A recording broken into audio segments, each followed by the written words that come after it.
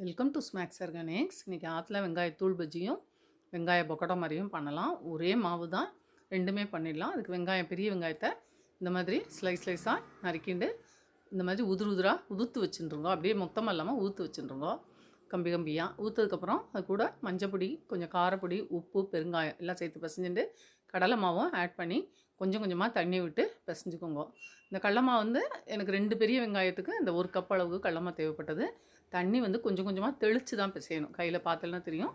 தெளித்து பிசைஞ்சு உதுராக வச்சுக்கோங்க. இது அப்படியே உதுத்து போட்டு வேக வச்சு எடுத்தேன்னா, பொரிச்சு எடுத்தேன்னா அருமையான வெங்காயத்தூள் பஜ்ஜி ரெடி.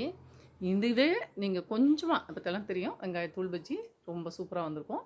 இதுலேயே இன்னும் 1 கை அளவுக்கு தண்ணி தெளிச்சுட்டு கொஞ்சம் கிணமாக போட்டு எடுத்தேன்னா வெங்காய பஜ்ஜி மாதிரி வந்துடும். இதுவும் சாஃப்டாக சாப்பிட்றதுக்கு நல்லாயிருக்கும். கிறிஸ்பியாக குழந்தைய சாப்பிடுவா. இது பெரியவா சாப்பிட்றதுக்கு சௌரியமாக இருக்கும். ஆற்றுல பண்ணுங்க.